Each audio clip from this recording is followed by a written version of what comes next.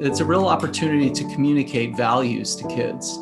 So what you choose to talk about in these future contingencies, like what is it that I'm worried about? Am I worried about your grades? Am I worried about the extent to which you're going to have opportunities to learn? Am I worried about, right? So when the things that I make time and space to talk to you about tell you what I value.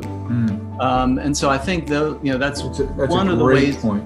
Yeah, one of the ways that we really send these silent messages to kids about this is important in our family. This is something we put thought into, and we make sure that this aspect of our lives is going to be okay.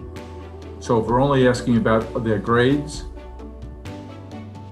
yeah, there's a signal.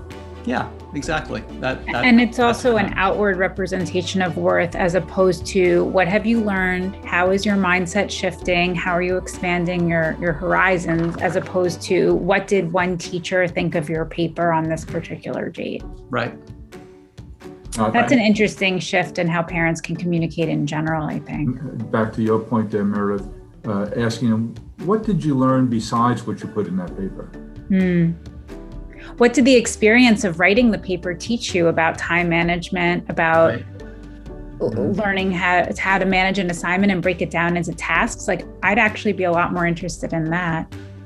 Right. Process, not just product, right? Yeah. Like you hit that road bump and you couldn't find sources. And I loved how you thought about that problem, and you were so persistent, and you were calling friends, and all that kind of process stuff.